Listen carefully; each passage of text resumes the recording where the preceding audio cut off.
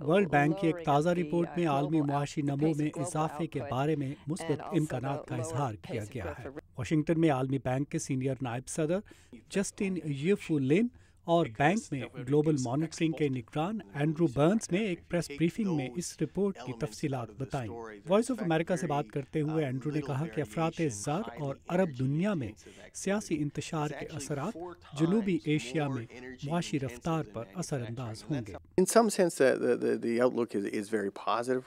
ایک لحاظ سے جنوبی ایشیا کے حوالے سے معاشی امکانات روشن ہیں۔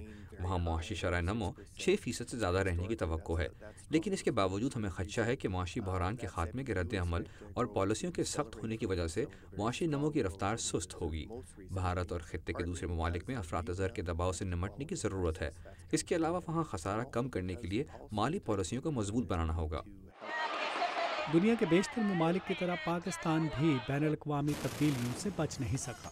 حالیہ کچھ سالوں میں عالمی سطح پر خوراک اور پھر تیل کی قیمتوں میں اضافے کے باعث پاکستان میں خوراک کی قیمتوں میں کافی اضافہ ہوا ہے۔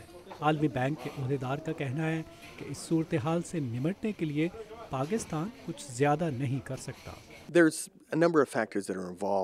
ظاہر ہے پاکستان افراط زر سے نمٹنے کے لیے مالی اور اقتصادی پالیسیوں کو بہتر بنانے کی کوشش تو کر رہا ہے، لیکن اس کی بہت سی وجوہات بیرونی حالات سے جڑی ہیں، جیسے بین الاقوامی سطح پر تیل اور خوراک کی قیمتوں میں اضافہ، اور یہ ایسی صورتحال ہے جس کے بارے میں پاکستان کچھ زیادہ نہیں کر سکتا۔ پاکستان صرف یہ کر سکتا ہے کہ بین الاقوامی پالیسیوں کو اپنے حالات کے مطابق ڈھالنے اور غریب طبقوں کو ان کے اثرات سے بچانے پر توجہ دے، کیونکہ ایسی پالیسیوں کا سب سے زیادہ اثر انہی طبقوں پر پڑتا ہے۔ اینڈرو کہتے ہیں کہ پچھلے چند سالوں کے دوران دنیا کے کچھ حصوں میں خوراک کی قیمتوں میں 40% تک اضافہ دیکھا گیا، جس سے غریب طبقوں کی مشکلات میں اضافہ ہوا ہے۔ وہ کہتے ہیں کہ عالمی بینک ایسے پروگرامز پر کام کر رہا ہے جس سے کسان اپنی پیداوار بڑھا سکیں۔ خوراک کی قیمتوں میں اضافہ پوری دنیا کا مسئلہ ہے۔ ہم بین الاقوامی سطح پر اس سے نمٹنے کی کوشش کر رہے ہیں۔ بینک نے خوراک کو اولین ترجیح دینے کی حکمت عملی اپنا رکھی ہے۔ اصل کوشش یہ ہے کہ ایسی پالیسیوں پر کام کیا جائے جن سے ترقی پذیر ممالک میں خوراک کی قیمتوں کے اثرات کو کم کیا جائے، جیسے خوراک کی تقسیم کو مؤثر بنانا اور ذخیروں کو یقینی بنانا، اور موسمی حالات کی پیشن گوئی کے نظام کو بہتر کیا جائے تاکہ کسان اپنی پیداوار بڑھا سکیں۔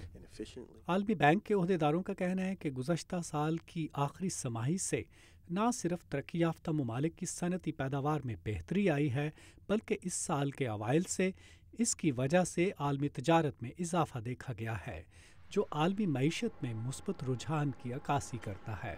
ندیم یعقوب، اردو VOA، واشنگٹن۔